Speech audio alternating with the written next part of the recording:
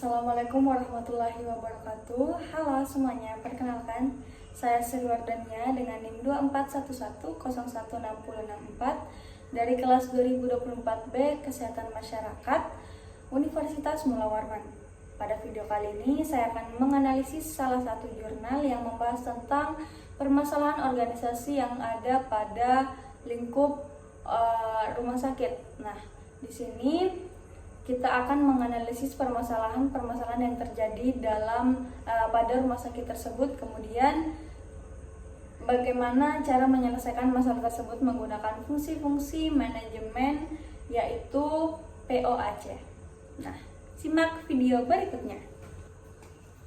Nah, adapun permasalahan organisasi di dalam rumah sakit yang saya temukan yaitu yang pertama, rendahnya kualitas pelayanan kesehatan. Kualitas pelayanan di rumah sakit ini masih tergolong rendah, terutama dalam hal kepuasan pasien dan kualitas pelayanan dokter. Selanjutnya yaitu kurangnya jumlah dokter dan perawat, sehingga menyebabkan beban kerja yang tinggi dan meningkatkan risiko kesalahan medis. Selanjutnya yaitu sistem pelayanan yang tidak efektif. Sistem pelayanan di rumah sakit ini masih tidak efektif sehingga menyebabkan antrian pasien yang panjang dan waktu tunggu yang lama.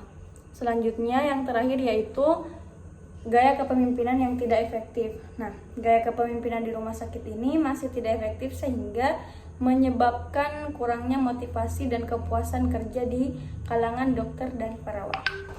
Selanjutnya kita masuk kepada penyelesaian masalah di rumah sakit ini menggunakan fungsi-fungsi manajemen. Yang pertama yaitu perencanaan. Identifikasi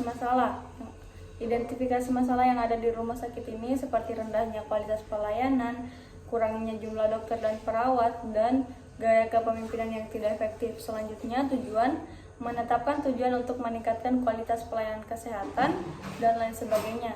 Selanjutnya yaitu strategi. Menetapkan strategi untuk mencapai tujuan seperti merekrut dokter dan perawat baru, mengembangkan sistem pelayanan yang lebih efektif, dan melatih kepemimpinan yang lebih efektif. Yang kedua yaitu pengorganisasian. Yang pertama, pembagian tugas. Membagi tugas dan tanggung jawab kepada dokter, perawat, dan staf lainnya untuk meningkatkan kualitas pelayanan kesehatan. Yang kedua, pengaturan struktur. Mengatur struktur organisasi untuk meningkatkan efisiensi dan efektivitas pelayanan kesehatan. Dan yang ketiga yaitu pengalokasian sumber daya. Mengalokasikan sumber daya yang cukup untuk meningkatkan kualitas pelayanan kesehatan. Yang ketiga yaitu pengarahan. Yang pertama, komunikasi. Melakukan komunikasi yang lebih efektif kepada dokter, perawat, dan staf lainnya tentang perubahan strategi dan tugas.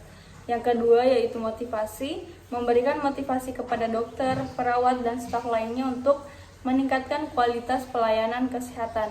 Dan yang ketiga yaitu pengawasan, melakukan pengawasan terhadap kinerja dokter, perawat, dan staf lainnya untuk meningkatkan kualitas pelayanan kesehatan. Yang terakhir yaitu pengawasan. Yang pertama, melakukan pemantauan terhadap kinerja dokter, perawat, dan staf untuk meningkatkan kualitas pelayanan. Dan yang terakhir yaitu evaluasi, melakukan evaluasi terhadap kinerja dokter, perawat, dan lainnya untuk meningkatkan kualitas pelayanan pada rumah sakit tersebut. Baik, itulah tadi mengenai analisis masalah-masalah organisasi yang ada di Rumah Sakit Muhammadiyah Metro. Dan juga penyelesaian masalahnya menggunakan fungsi-fungsi manajemen. Sampai jumpa di video selanjutnya. Wassalamualaikum warahmatullahi wabarakatuh.